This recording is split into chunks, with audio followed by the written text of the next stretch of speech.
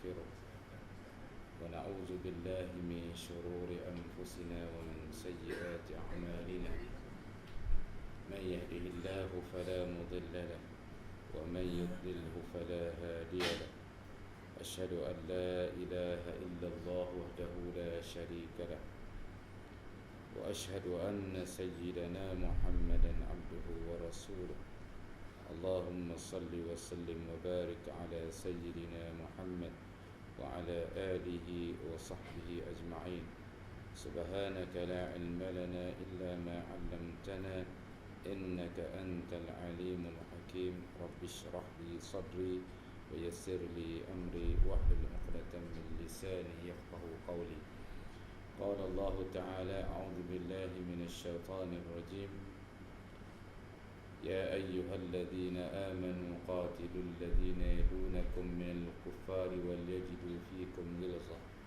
واعلموا أن الله مع المتقين صدق الله العظيم. Muslimin muslimat rahimakumullah, hari ini merupakan hari yang ke-11 12 hari yang ke-12 malam 13.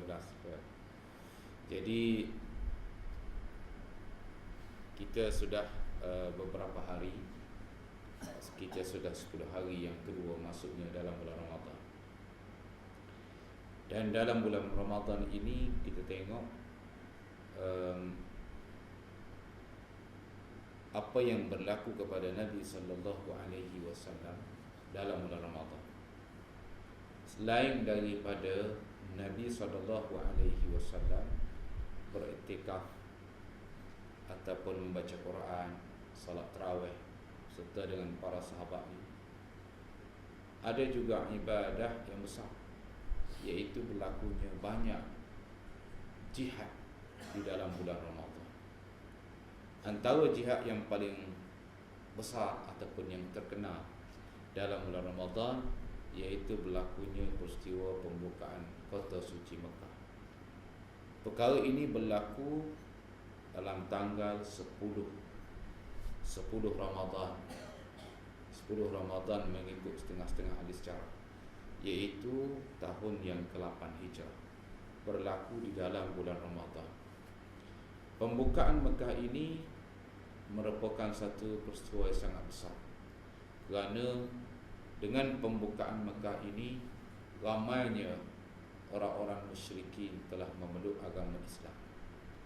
Dan berlakunya pembukaan Mekah ini dikala orang-orang Islam tidak sangka, kerana sangkaan mereka berlaku di dalam peristiwa Hudaybiyah setelah Nabi sallallahu alaihi wasallam bermimpi masuk ke dalam tanah haram, masuk ke Masjid Haram.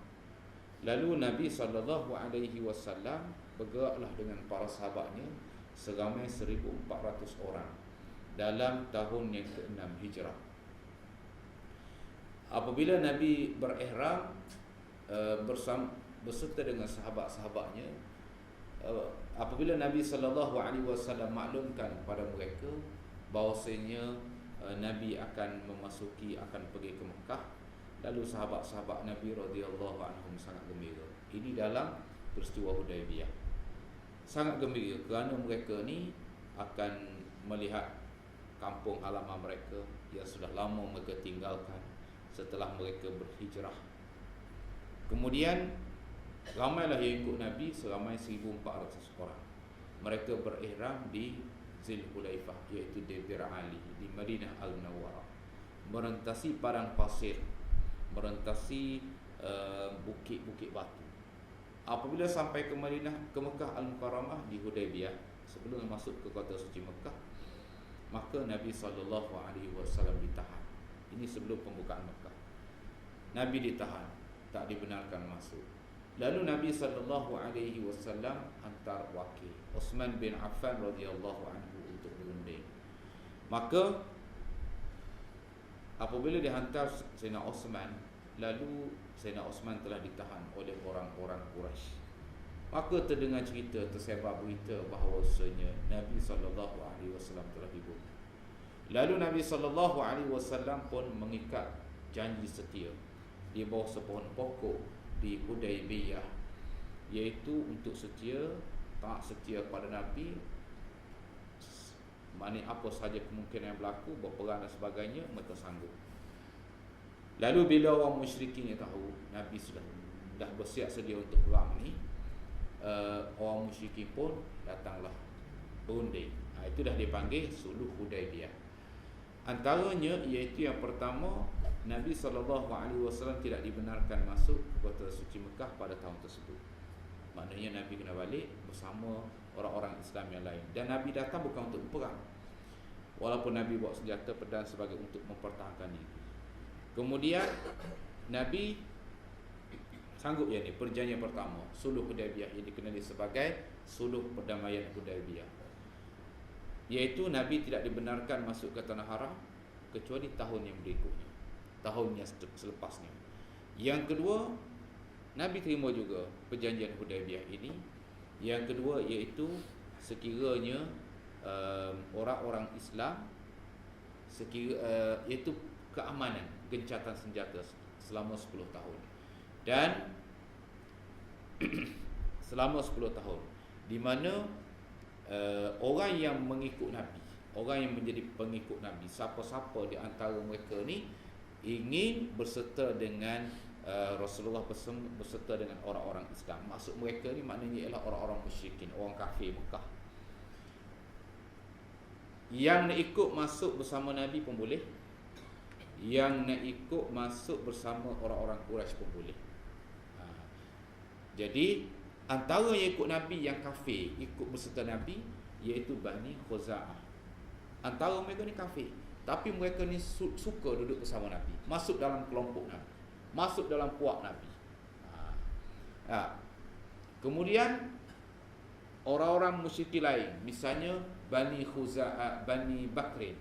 Bani Bakrin ni dia tak nak duduk bersama Nabi, dia nak duduk bersama orang-orang Quraisy. Tak apa, tak ada masalah.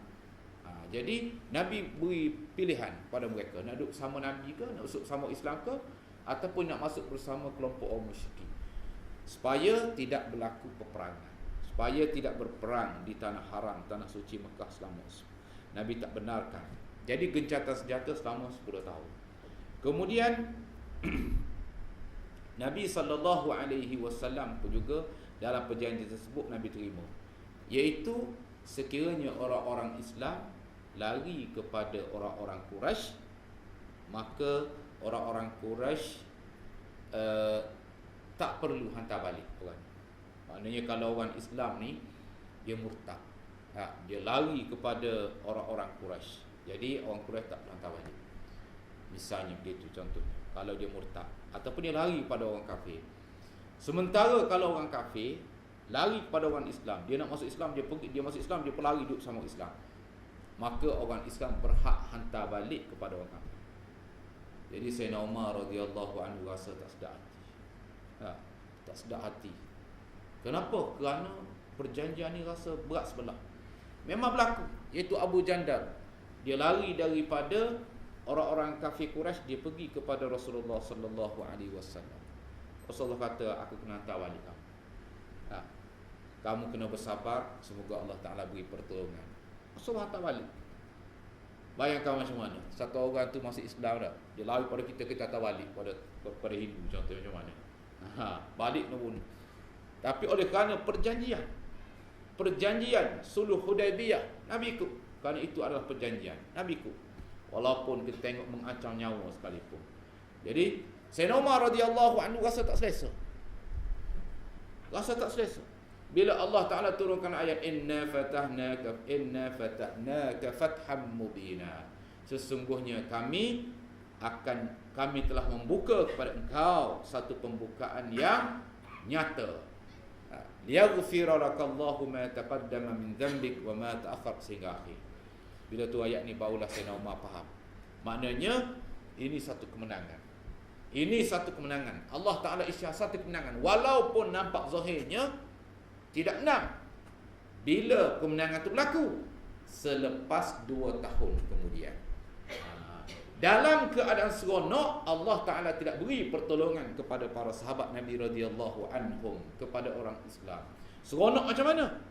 Seronok kita nak masuk ke Mekah ni, seronok kita dah boleh masuk Mekah ni, tapi Allah Ta'ala tidak beri.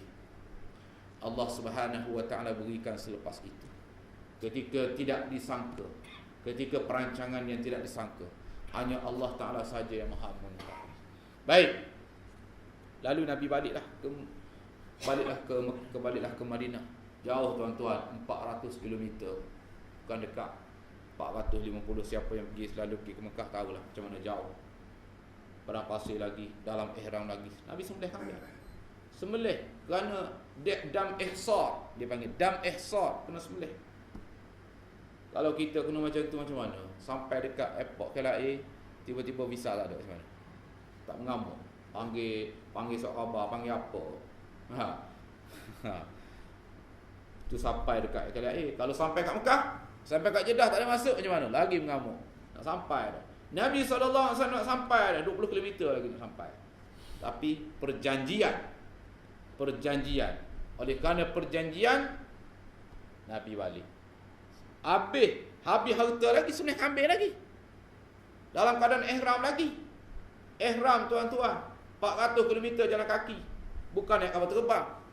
Balik. Ini nak cerita jihad Nabi SAW. Kita ada alaikum. Baru ni saya pergi umrah. Allah Ta'ala dah uji sikit je. Beberapa perkara Tuhan uji. Padahal package ni package yang senang dah, saya ingat. Sampai di airport 12 jam delay kapal terbang. 12 jam delay kapal terbang. Tak disangka kapal terbang nak pergi ambil tu ada orang meninggal situ. Orang meninggal tu, dia turun dekat Sri Lanka. Selesai semua sebab mati mengejut itu. Banyak lah kena quarantine, kena check macam-macam.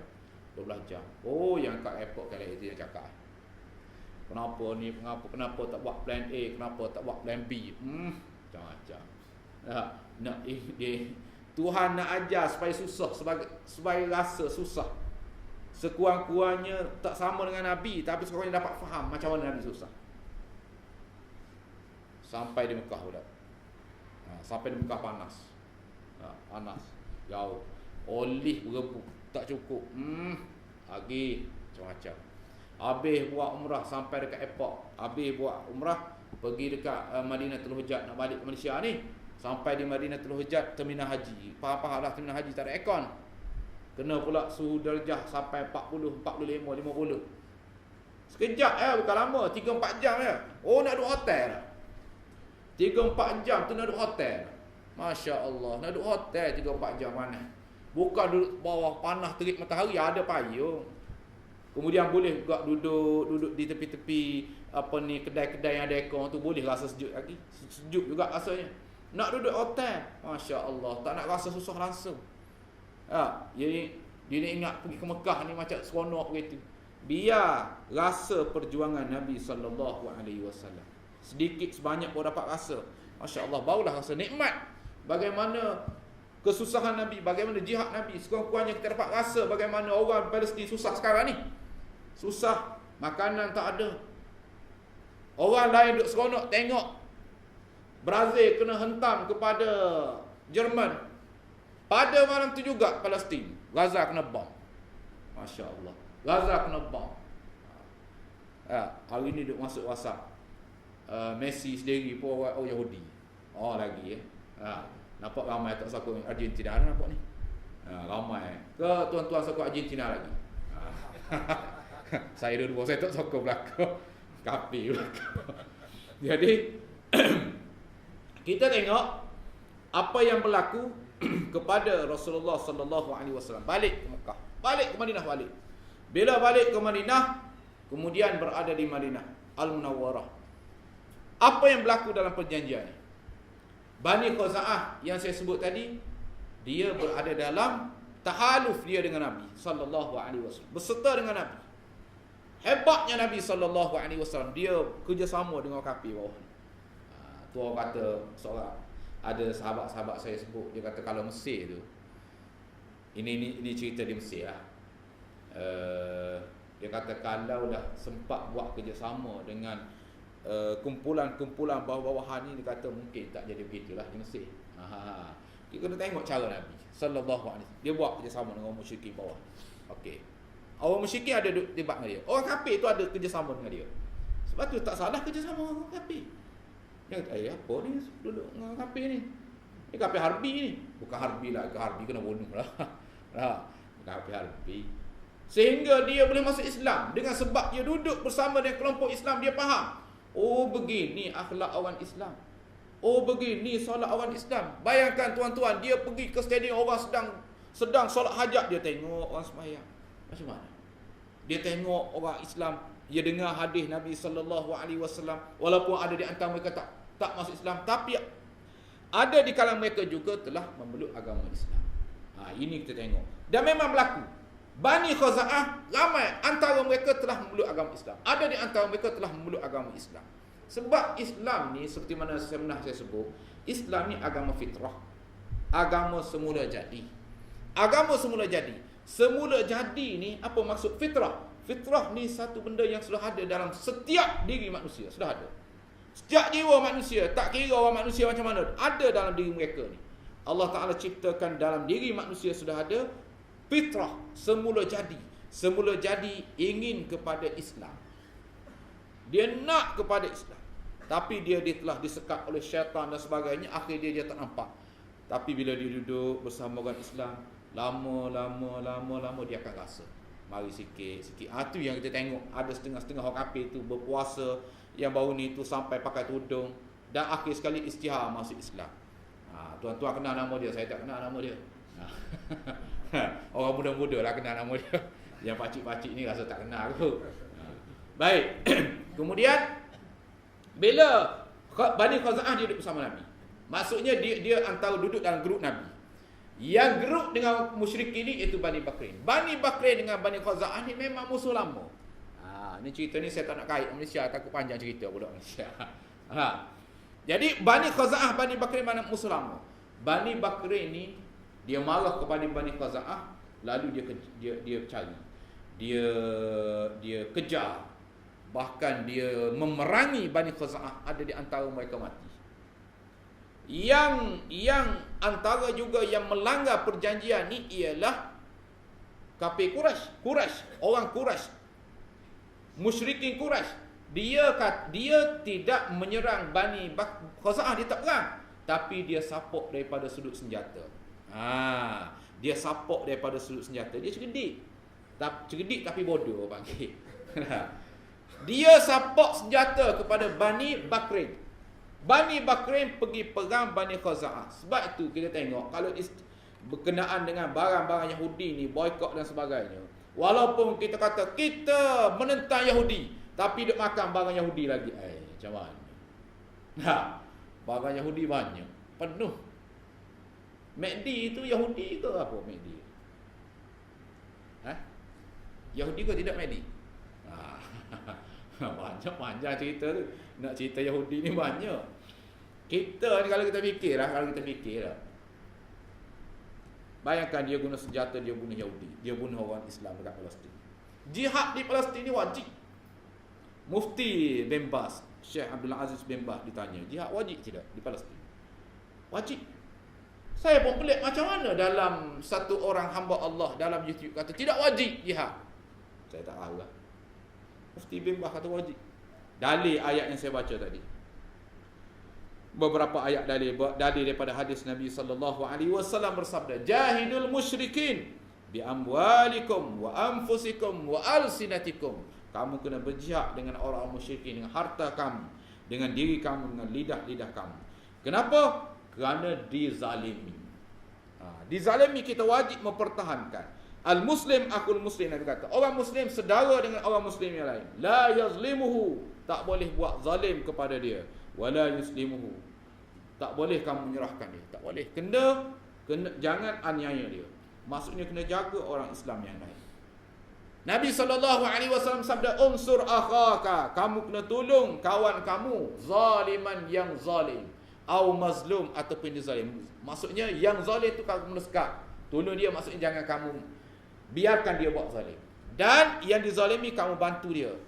Jaga dia, tahan dia supaya dia ni terhalang daripada orang buat zalim pada dia. Jadi macam mana kata tak ada jihad dekat Palestin? Dia kata tak ada jihad. Wallahu a'lam. Baik. Jadi bila begitu Nabi SAW dah bersiap sedia. Nabi tahu dah. Allah Ta'ala dah wahyu kepada Nabi SAW, beritahu kepada Siti Aisyah radhiyallahu anha, bersiap sedia. Abu Bakar radhiyallahu anhu tak tahu, sahabat-sahabat Nabi lain pun tidak tahu. Baik, kemudian Bani Khaza'ah selama 40 orang datang ke Madinah, pergi ke Madinah, pergi mengadu kepada Rasulullah sallallahu alaihi wasallam. Mengadu kepada maka Nabi sallallahu alaihi wasallam tengok ni sudah melanggar perjanjian. Orang-orang Quraisy sudah melanggar suluh Hudaibiyah. Nabi sallallahu alaihi wasallam adalah orang yang setia pada janji. Nabi cukup setia pada janji. Kita tengok bagaimana Nabi hantarkan balik Abu Jandal, hantar balik. Walaupun orang tu mari pada dia Islam, duduk dalam Islam, tapi oleh kerana dia lari daripada orang musyrikin datang Rasulullah, Rasulullah hantar balik. Kerana itu adalah perjanjian. Masya Allah. Kita tengok bagaimana Huzaifah bin Al-Yaman radhiyallahu anhu dan seorang sahabatnya ditahan di tengah-tengah perjalanan dalam peristiwa hijrah. Ditahan oleh orang-orang musyrikin. Lalu orang musyrikin ni sekak ya. Dia kata, kamu nak pergi ke mana? Aku tidak akan lepaskan kamu sehingga kamu buat perjanjian dengan kami semua. Iaitu perjanjian kamu jangan perang kami. Kedua-dua pun janji. Okey. Dan aku tidak akan merangi kamu. Perjanjian. Perjanjian tak ada bersurat, tapi dia setia pada janji. Sekarang ni perjanjian ada surat pun langgar janji lagi. Dengan macam-macam MOU. Siap dengan surat emas, macam-macam lah surat. Melanggar lagi kalau saya nak cerita sebiji-sebiji. Tuan-tuan apa tahu macam-macam perjanjian. Royalty minyak kat Kelantan tu jangan cakap perjanjian berapa tahun. Ikut, tak pernah ikut. Tak pernah ikut. Kalau kira lama dah rakyat Kelantan dapat minyak, berapa bilion dah dapat hasil. Tapi tak, lebih pada perjanjian. Macam-macam surat. Baik. Kemudian Nabi SAW bila kedua-dua laki-laki ni, sahabat ni sampai ke Madinah, dia beritahu kepada Nabi, ya Rasul, masa tu Rasulullah sedang bersiap sedia untuk berjihad. Ya Rasulullah, kami dua orang dah berjanji dengan musyrikin, kami tak akan perang mereka. Lalu Rasulullah kata, kamu pergilah. Ista'inu billah alaihim, nasta'inu billahi alaihim. Kita memohon pertolongan Allah Ta'ala untuk menghadapi mereka. Maknanya Nabi setia pada janji, pegang pada janji, tidak melanggar perjanjian. Baik. Kemudian bila Nabi tahu begitu, orang musyrikin sudah langgar perjanjian ni, kemudian disusuli selepasnya ialah Abu Sufyan. Nabi dah bersiap sedia dah, beritahu kepada sahabat-sahabatnya untuk maju ke medan, pergi ke Mekah Al-Mukarramah. Kemudian pada ketika itu kafir Quraisy ni, dia telah bincang sama dia, hantar kepala dia, hantar ketua dia, iaitu Abu Sufyan. Abu Sufyan bin Harb, kita tahu lah, Abu Sufyan antara penentang Rasulullah sallallahu alaihi wasallam. Pergi jumpa Nabi, mohon kemaafan. Dia takut pada Nabi, takut pada orang Islam, sebab orang Islam dah ada negara dah kuat dah ada kerajaan, dia kuat. Takut. Masa dulu tak takut. Dah takut dah. Biasalah kalau setakat pegang masjid orang tak takut lagi. Tapi pegang negeri orang takut dah kadang-kadang setengah-setengah tempat. Bukan di Malaysia lah, negeri lain. Kemudian bila begitu, Nabi SAW tak layan Abu Sufyan. Dia minta maaf dan sebagainya, supaya buat perbaharui perjanjian balik. Mana boleh? Dah perjanjian lama dah ada dah. Apa nak buat, nak baru apa lah perjanjian lain lagi? Melanggar perjanjian dah. Kamu sudah melanggar perjanjian. Kamu sudah menyerang tanah haram. Kamu telah bunuh Bani Khaza'ah.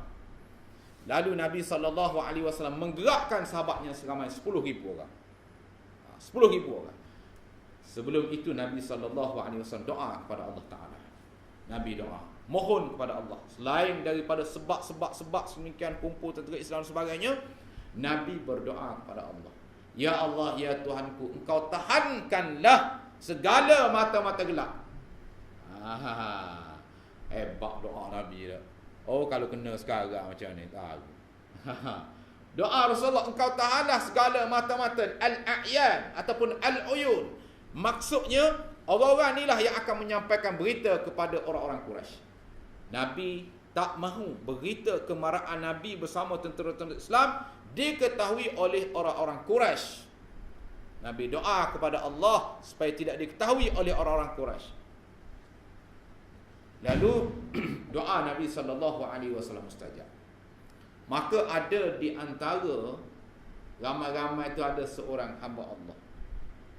Dia menyampaikan berita, dia sedang dalam perjalanan untuk menyampaikan berita kepada orang Quraisy. Menyatakan kemarahan Nabi ke Mekah.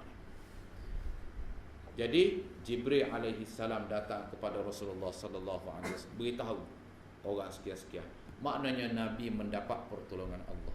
Sebab itu dalam Islam ni tuan-tuan, Islam naik ni dengan pertolongan Allah. Kita ni hanya kumpul sebab buat sebab senjata dan sebagainya, tapi hakikatnya ialah pertolongan Allah Subhanahu wa taala. Allah Taala tolong. Allah, agama Islam ni milik Allah, bukan milik kita. Milik Allah Taala. Kalau orang Melayu tak nak agama Islam, Allah Taala beri kepada orang lain. Allah Taala beri kepada orang lain. Berapa banyak kaum yang terdahulu telah dihina kerana mereka meninggalkan ajaran Allah, kemudian Allah Taala beri kepada kaum yang lain. Kita tengok bagaimana tentera-tentera Mongol yang masuk ke Baghdad, dia bunuh orang-orang Islam berjuta sampai berdarah. Sungai Furat berdarah, penuh dengan darah. Kemudian kitab-kitab dia lempar dalam Sungai Furat sampai biru, sampai hitam sungai.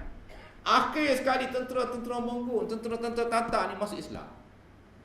Tengok Allah Ta'ala Maha Kaya. Dia yang bunuh orang Islam, kemudian dia pula yang masuk Islam. Dia pula yang masuk Islam. Hari ini kita tengok apa yang terjadi dalam sejarah. Mana ada satu bala tentera yang bergerak masuk negara, dia masuk agama orang tu, kecuali hanya agama Islam saja. Baik. Kemudian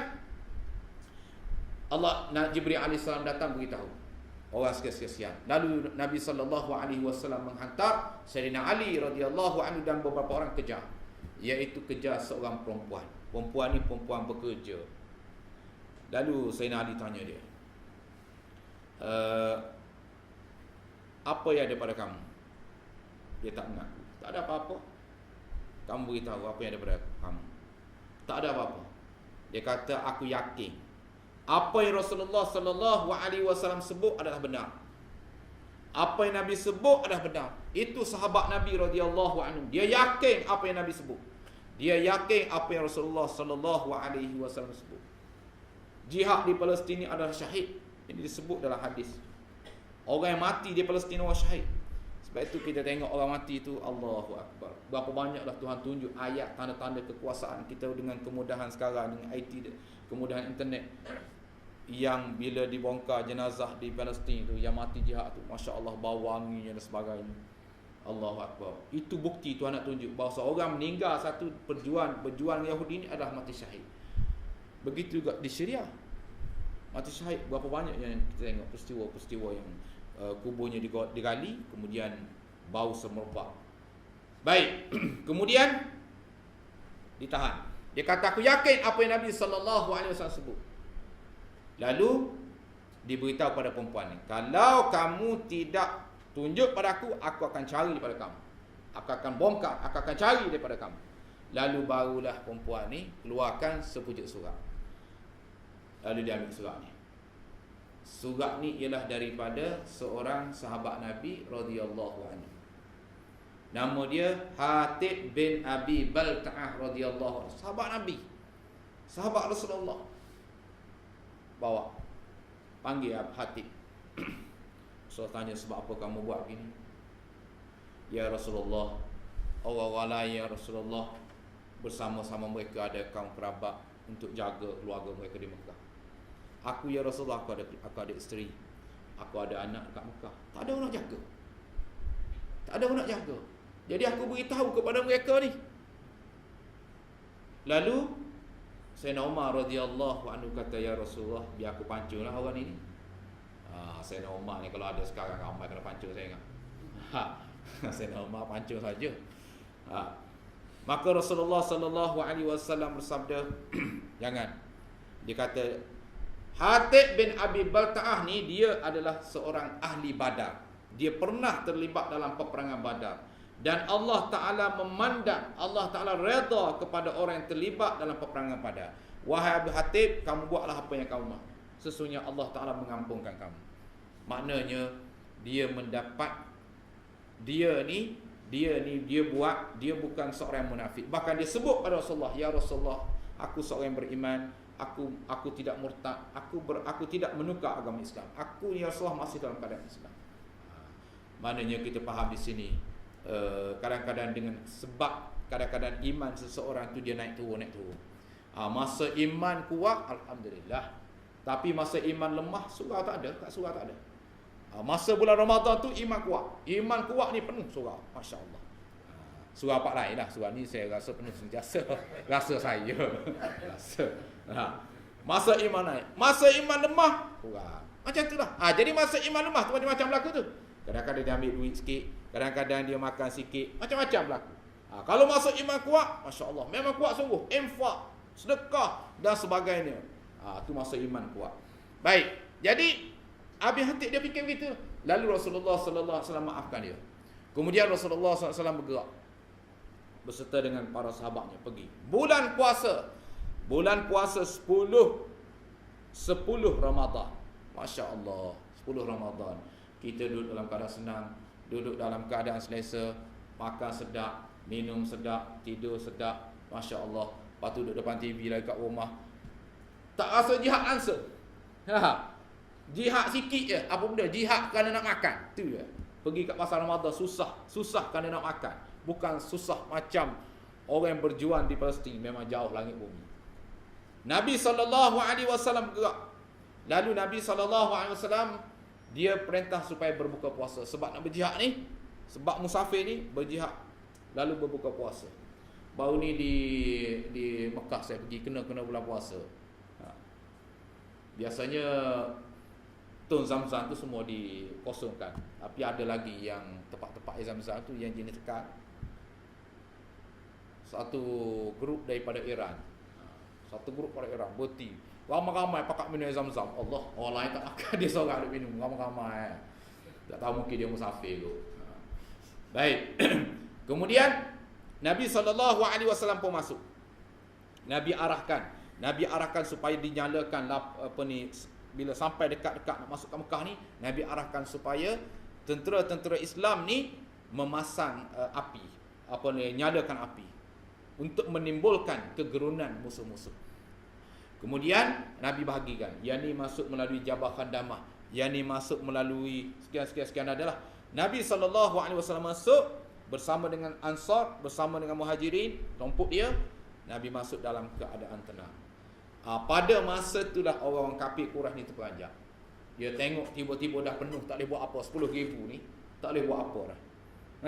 Walaupun kafir Quraisy dia sebelum tidur sekuat, tapi dia tak boleh buat apa dah. Dengan kemarahan Rasulullah sallallahu alaihi wasallam dan antara orang yang sempat pintas Nabi sebelum masuk ni itu Abu Sufyan. Dia sempat pintas Nabi. Dia dengan Al-Abbas, iaitu bapa saudara Nabi. Abbas dia bawa Abu Sufyan, dan Abu Sufyan sebenarnya Rasulullah tak pelayan mula-mula sekali. Tapi akhir sekali dia meluk agama Islam, maka Rasulullah SAW terima. Dan Rasulullah ni, Abu Abbas kata, iaitu bapa saudara Nabi SAW, dia kata kepada Rasulullah, ya Rasulullah, dia kata Abu Sufyan ni dia ada jenis ada suka kepada ketinggian. Maka Rasulullah, engkau berilah sesuatu kepada dia. Lalu ialah macam kita lah. Kita kadang-kadang seseorang tu dia punya dia panggil apa? Nak kata ketinggian, keegoan, macam-macam lah. Dia seronok. Jadi oleh kerana dia seronok, tak apalah, aku berilah kau ni jawatan. Kau jadi pengurusi ke, kau jadi usaha ke, kau jadi macam-macam. Dia seronok dengan sesuatu ni. Jadi Rasulullah faham Abu Sufyan ni seronok. Maka Rasulullah SAW beri pada dia keistimewaan. Siapa yang masuk ke rumah Abu Sufyan, maka dia dalam keadaan aman. Siapa yang masuk Islam, dia dalam keadaan aman. Siapa yang masuk ke Masjid Haram, dia dalam aman. Jadi seronoklah Abu Sufyan. Dia masuk ke Mekah, dia beritahu pada orang-orang Quraisy. Dia kata, siapa yang masuk rumah aku, dia dalam keadaan aman. Seronok di jawatan besar ni. Rasulullah buat begitu hebat Rasulullah. Sebab dia banyak. Lalu kita tengok berapa ramai yang telah memeluk agama Islam. Dan dalam masa Sulh Hudaybiyah itu sendiri, tempoh antara pembukaan Mekah dengan perjanjian ni, berapa banyak yang telah memeluk agama Islam. Rasulullah hantar utusan dia untuk menyampaikan dakwah pergi ke Mekah, antaranya yang telah memeluk agama Islam sebelum pembukaan Mekah ni, Khalid bin Al-Walid. Kita tahu Khalid bin Al-Walid orang baru masuk Islam, bukan lama masuk Islam. Dia baru memeluk agama Islam zaman sebelum pembukaan Mekah. Selepas Sulh Hudaybiyah, dia baru memeluk agama Islam. Kerana dapat keamanan, orang tak kacau, jadi Rasulullah ambil peluang di situ untuk menyampaikan dakwah. Sebab itu sebenarnya kalau kita tengok peluang untuk menyampaikan dakwah ke negara-negara barat sangat besar. Kalau kita tengok keadaan sekarang ni. Dia bagi peluang. Berapa ramai yang telah memeluk agama Islam di Amerika, di England, di mana tempat, di negara-negara barat telah memeluk agama Islam. Kerana apa? Kerana ada perjanjian-perjanjian tertentu. Yang penting aman. Jadi ramai pendakwah masuk, sehingga kita tengok pemain bola pun berapa ramai yang masuk Islam. Cuma kita tahu pemain bola tu sebab dia main bola. Kalau tak main bola, kita tak tahu masuk Islam atau tidak. Oleh kerana main bola dan kebetulan kita peminat bola, yang ni aku mesti sokong sebab dia ada orang Islam. Kalau Argentina, aku tak sokong sebab tak ada seorang pun Islam, bahkan Yahudi. Baik.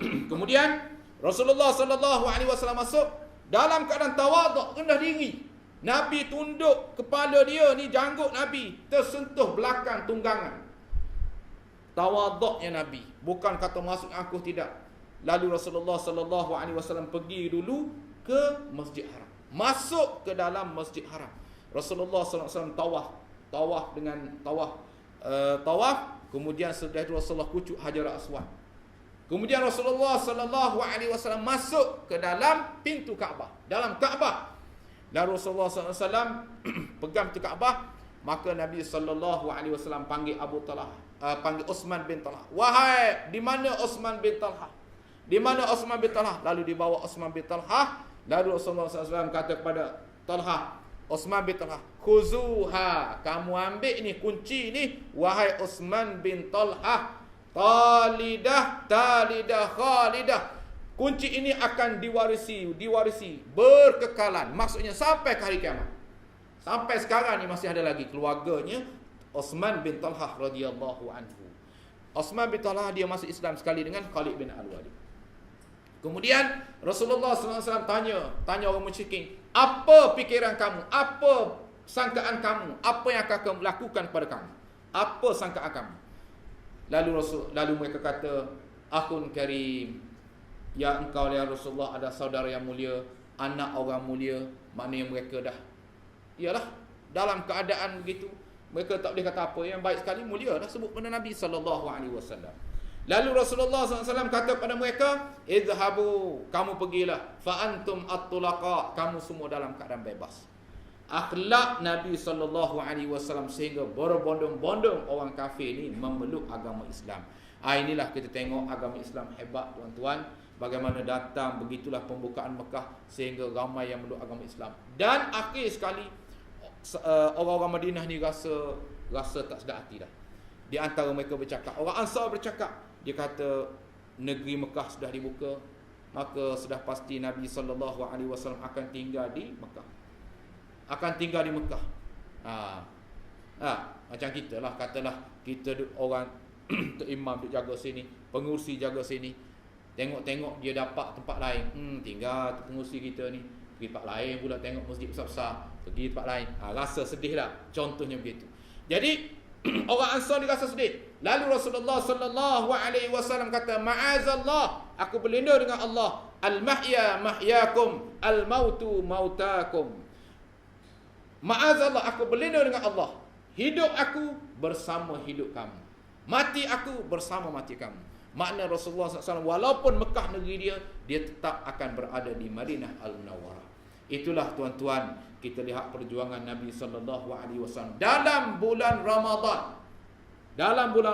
Sebab itulah bila kita dengar tadi doa-doa nazilah ni, doa-doa begini, mudah-mudahan kita timbulkan semangat bahawa dalam bulan Ramadan ni bukan hanya kita berpuasa, bukan hanya kita sahaja, bukan hanya kita Quran sahaja, bahkan orang yang berjihad di jalan Allah Subhanahu wa taala, berjuang untuk agama Islam ni juga termasuk ibadat-ibadat yang besar. Jadi sekadar itu saja sebagai pencetus semangat untuk saya dan tuan-tuan sekalian.